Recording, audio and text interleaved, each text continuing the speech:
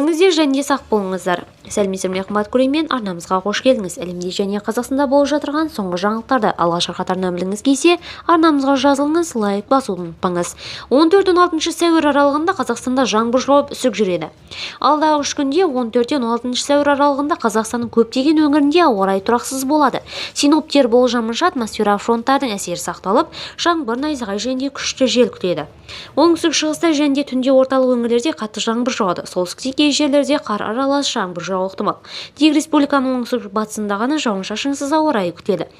Кей өңірлерде тұман, бұршақ, шаңды дауыл және болады. Жетісу облысында Алакөл көлі маңында 30 миллисекундқа дейін жететін қатты жел болады. Үсік түнде мына өңірлерде жүруі мүмкін. Ақмола, Қостанай, Солтүстік Қазақстан, Ақтөбе облысының солтүстігі -3 градусқа дейін.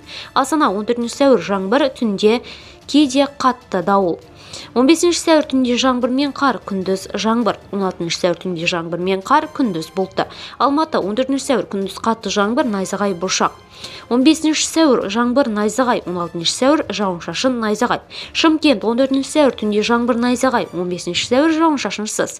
16 сәуір найзағайлы болады. Видеомыз кеңінен таралу үшін лайк басып жақындарыңызға таратуды ұмытпаңыз. Бізді бақылауды жалғастырыңыз.